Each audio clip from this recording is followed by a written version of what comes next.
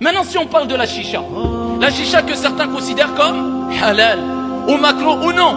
Ah, parce qu'il y a certains arômes artificiels qui donnent le goût de je ne sais quoi. Eh bien voilà, shaitan a embelli leurs actions. Ils pensent et ils croient que ce n'est pas aussi grave. Non, ça a un bon goût. Ce n'est pas l'odeur de la cigarette mauvaise. Eh bien nous disons c'est pire parce que ça masque la mauvaise odeur de la cigarette et tu es plus tenté d'en prendre et d'en reprendre et de prendre des bouffées et de reprendre des bouffées sans te rendre compte du mal. La chicha, hibbati fillah, les experts, je parle des médecins, des sciences profanes, eh bien qu'est-ce qu'ils disent?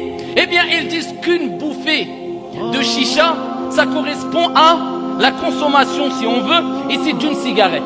C'est le fait, et ça correspond au fait de fumer une cigarette, pas une bouffée, hein, une cigarette toute entière, une bouffée. Donc si tu prends 40 bouffées, eh bien c'est à peu près comme si tu avais consommé 40 cigarettes. Ça c'est 40 bouffées, 50 cigarettes. Donc quelque part c'est pire. Quelque part c'est pire, et Abdallah. Donc on les met dans le même sac. Et il n'y a pas de mal, on continue.